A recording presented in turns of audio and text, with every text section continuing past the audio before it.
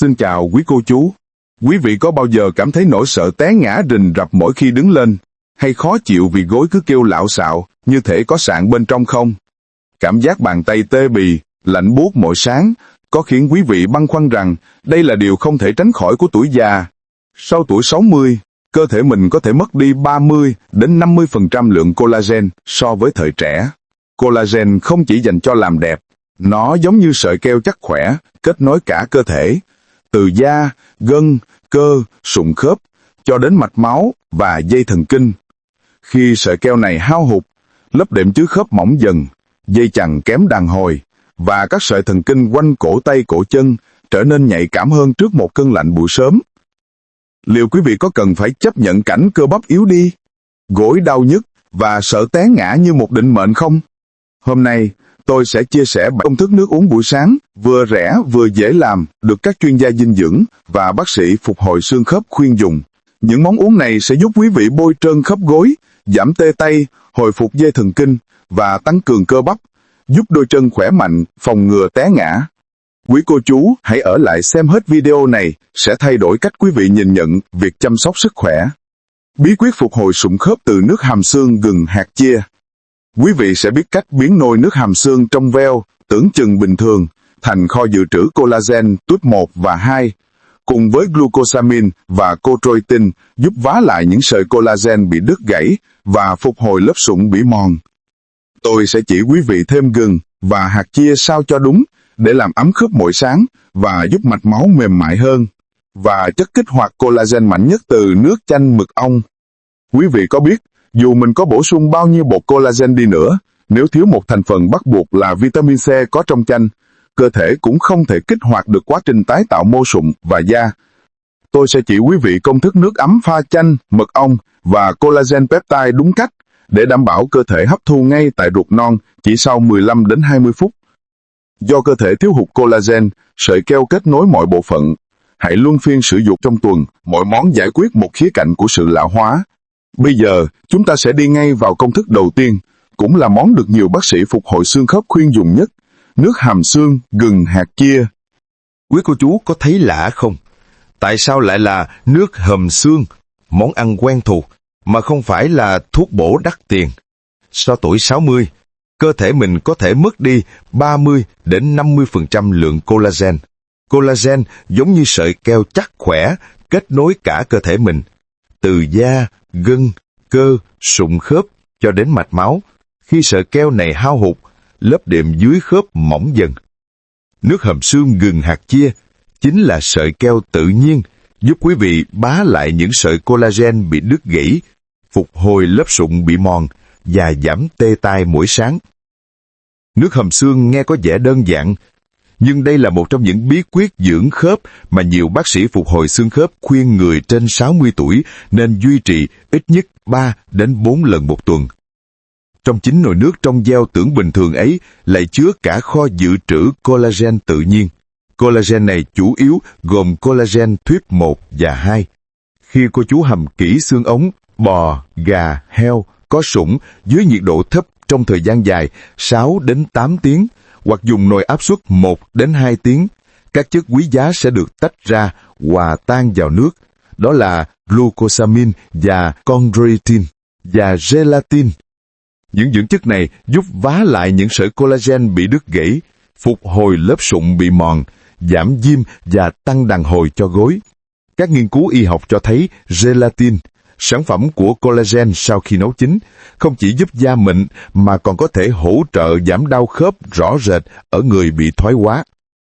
Làm sao để tách hết collagen ra khỏi xương? Tôi sẽ chỉ quý vị một mẹo nhỏ mà người ta thường dùng. Khi hầm, quý vị nên thêm một chút giấm táo hoặc vài giọt chanh vào nồi. Điều này sẽ giúp tách collagen ra tốt hơn, đảm bảo ly nước hầm xương của mình có chất lượng tối đa.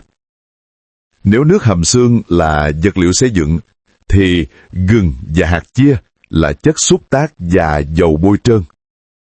Gừng được ví như ngọn lửa nhỏ sưởi ấm khớp mỗi sáng. Các hoạt chất gingerol và soga trong gừng có khả năng chống viêm, đặc biệt là tăng tuần hoàn máu đến tay chân. Điều này giúp quý vị giảm cảm giác tê buốt, cứng khớp và lạnh gối khi mới ngủ dậy. Gừng còn làm ấm bụng, giảm đầy hơi và dễ tiêu hóa. Hạt chia là người bạn nhỏ mà có vỏ. Nó giàu omega 3 thực vật và chất xơ hòa tan. Omega 3 không chỉ giúp bôi trơn khớp mà còn làm mềm mạch máu, điều hòa huyết áp. Khi ngâm với nước ấm, hạt chia nở ra lớp rêu trong suốt. Chính lớp rêu này giúp bôi trơn khớp xương và làm dịu đường tiêu hóa, rất tốt cho người tiểu đường hoặc đang ăn kiêng. Cách pha chế: quý vị hầm xương kỹ, chắc lấy phần nước trong. Có thể cất tủ lạnh 3 đến 5 ngày hoặc cấp đông từng phần. Mỗi sáng, quý vị chỉ cần hâm nóng khoảng 250ml nước hầm xương.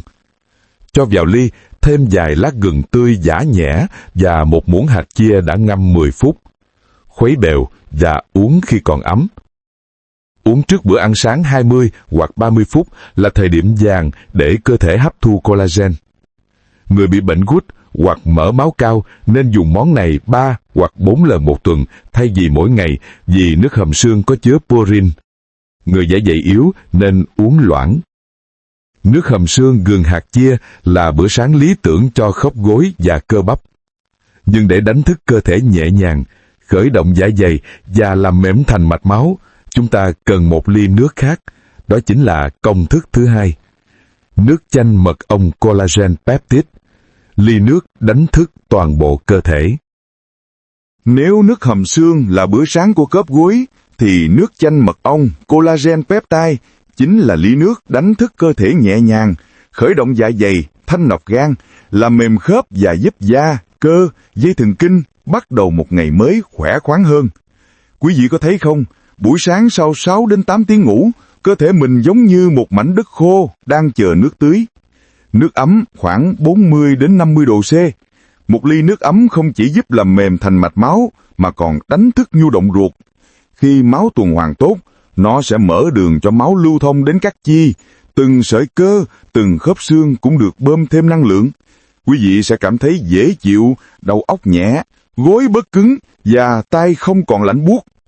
Chanh chứa lượng vitamin C tự nhiên dồi dào. Đây là yếu tố bắt buộc để cơ thể tổng hợp collagen nội sinh. Nếu thiếu vitamin C, thì dù quý cô chú có bổ sung bao nhiêu bột collagen đi nữa, cơ thể cũng không kích hoạt được quá trình tái tạo mô sụn và da. Vitamin C giúp gắn kết các sợi collagen lại với nhau. Axit citric trong chanh còn giúp làm sạch đường ruột, trung hòa axit dư trong dạ dày, giúp tiêu hóa dễ hơn và giảm nguy cơ táo bón. Làm sao để uống chanh mà không bị sót ruột? Tôi xin lưu ý nhỏ, quý vị chỉ nên dùng 1/3 đến 1/2 trái chanh thôi. Liều lượng này đủ vị thanh mát mà không quá chua, tránh kích ứng dạ dày. Nếu quý vị hay bị trào ngược, có thể uống sau khi ăn nhẹ 10 phút. Khi hòa thêm mật ong nguyên chất và collagen peptide, ly nước này trở thành một bài thuốc nhẹ nhàng cho cả thân và tâm. Mật ong dịu thần kinh và tiêu hóa. Mật ong là kho tàng enzyme, khoáng chất và chất chống oxy hóa tự nhiên. Nó có khả năng làm dịu thần kinh, cải thiện giấc ngủ và tăng miễn dịch. Nhiều quý cô chú uống đều đặn đã thấy giảm rõ cảm giác bồn chồn lo lắng và tiêu hóa trơn tru hơn. Mật ong còn có thể giúp cải thiện trí nhớ nhờ làm dịu các dây thần kinh trung ương. Collagen peptide là dạng collagen thủy phân đã được chia nhỏ thành những chuỗi axit amin siêu nhỏ. Khác với collagen thông thường, collagen peptide tan hoàn toàn trong nước ấm, không gây đầy bụng, không nặng gan và có thể đi thẳng vào máu chỉ sau 15 đến 20 phút. Đây chính là lý do các bác sĩ phục hồi khớp và da đều khuyên người trên 60 tuổi nên chọn dạng này, nhất là khi hệ tiêu hóa đã yếu. Để pha đúng một ly nước chuẩn, quý vị cần nhớ nguyên tắc nhiệt độ. Nước ấm 40 đến 50 độ C. Tuyệt đối không dùng nước sôi để pha, không quá 60 độ C. Nhiệt độ cao sẽ phá hủy enzyme trong mật ong và làm biến tính cấu trúc collagen peptide. Cách pha: hòa mật ong và nước cốt chanh vào ly nước ấm, sau đó thêm bột collagen peptide vào và khuấy nhẹ cho tan hoàn toàn. Cách dùng: uống ngay khi còn ấm vào buổi sáng trước bữa ăn 15 đến 20 phút. Ly nước chanh mật ong collagen peptide này là liều thuốc đánh thức dịu dàng, giúp cơ thể quý vị sẵn sàng cho một ngày mới khỏe khoắn. Tuy nhiên, nếu quý vị muốn bổ sung thêm chất chống oxy hóa cực mạnh, bảo vệ mắt và nuôi dưỡng dây thần kinh ngoại biên để chống tê tây, thì công thức tiếp theo là dành cho quý vị. Sinh tố huyệt quắt sữa hạt, hạt lanh, ly sinh tố trẻ hóa từ bên trong. Các chuyên gia dinh dưỡng phương Tây gọi món này là Ly sinh tố trẻ hóa từ bên trong. Với người Việt mình, có thể hiểu đơn giản đây là một bữa sáng thay thuốc bổ.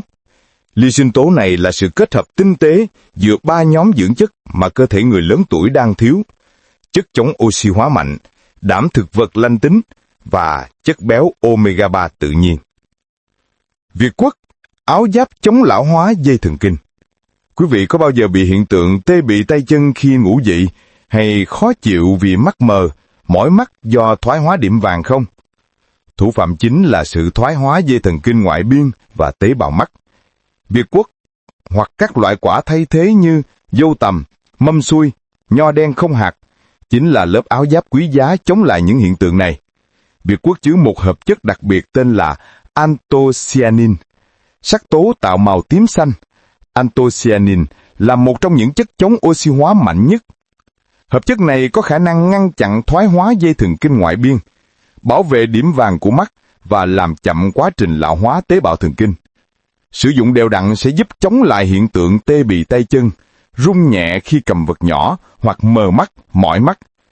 Việt Quất còn chứa vitamin C và collagen thực vật giúp da đàn hồi hơn, giảm khô ráp và hỗ trợ tái tạo mô liên kết ở khớp gối. Món nước giúp mình nhìn rõ hơn mà không cần kính. Quý vị có thể khó tìm Việt Quất tươi. Hãy thay thế bằng dâu tằm, mâm xôi hoặc nho đen không hạt. Những loại quả này cũng giàu anthocyanin, có tác dụng chống viêm, tăng lưu thông máu tới đầu chi, cải thiện trí nhớ và giảm nguy cơ tai biến nhỏ ở người lớn tuổi. Sữa hạt, nguồn đạm lành tính cho cơ bắp.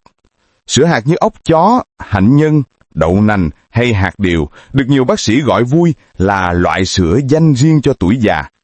Khác với sữa bò hay gây đầy hơi hoặc trướng bụng, sữa hạt ít chất béo bão hòa, có chỉ số đường huyết thấp, rất phù hợp cho người tiểu đường, cao huyết áp hoặc mỡ máu cao. Sữa hạt giàu vitamin E, canxi, magie và protein thực vật dễ tiêu. Vitamin E giúp da tay, da mặt mềm mại, chống khô nẻ. Canxi và magie thì bảo vệ xương, giảm chuột rút và tăng đàn hồi cơ. Protein thực vật giúp phục hồi mô cơ, đặc biệt cần thiết cho người bị teo cơ bắp tay, bắp chân sau tuổi 60. Hạt lanh, chiến binh thầm lặng bôi trơn khớp. Hạt lanh là chiến binh thầm lặng trong thế giới hạt dinh dưỡng. Tuy nhỏ, nhưng chứa lượng omega 3 thực vật cực cao, gấp nhiều lần hạt ốc chó. Omega 3 không chỉ giúp bôi trơn khớp, giảm khô cứng gối buổi sáng, mà còn ngăn ngừa vón cục máu, cải thiện tuần hoàn đến bàn tay bàn chân. Hạt lanh chứa lignan, một hợp chất có tác dụng chống viêm, giúp người bị thoái hóa khớp hoặc đau mỏi gối lâu năm cảm thấy dễ chịu hơn. Lượng chất xơ hòa tan trong hạt lanh giúp ổn định đường huyết, giảm cholesterol và hỗ trợ tiêu hóa, rất hữu ích cho người lớn tuổi hay bị táo bón. Cách làm món sinh tố này cực kỳ đơn giản, chỉ mất khoảng 3 phút buổi sáng. Nguyên liệu: 1/2 chén Việt Quất hoặc dâu tằm, mâm xôi hoặc nho đen không hạt, 200ml sữa hạt không đường và 1 muỗng cà phê hạt lanh ngâm mềm. Cho tất cả vào máy xay sinh tố, xay mịn trong khoảng 30 tới 40 giây. Không cần cho thêm đường vì bản thân trái cây và sữa hạt đã có vị ngọt tự nhiên. Thời điểm dùng rất phù hợp làm bữa sáng hoặc bữa phụ, tạo cảm giác no nhẹ mà không gây tăng đường huyết. Quý cô chú có thể uống món này 2 đến 3 lần mỗi tuần, luân phiên cùng các món nước khác. Chỉ sau 10 đến 14 ngày, cơ thể sẽ gửi lại những tín hiệu dễ nhận thấy, sáng dậy không còn tê đầu nóng tay, khi leo cầu thang đầu gối đỡ rắc rắc và đôi mắt nhìn rõ, da tay da mặt cũng mịn hơn. Sinh tố Việt Quất sữa hạt hạt lanh giúp nuôi dưỡng dây thần kinh và khớp từ bên trong. Và có một bí mật nhỏ tôi muốn chia sẻ trước khi kết thúc. Dù quý vị uống loại nước nào đi nữa, hiệu quả cũng tăng gấp đôi nếu cô chú đi bộ sáng 15 đến 20 phút mỗi ngày.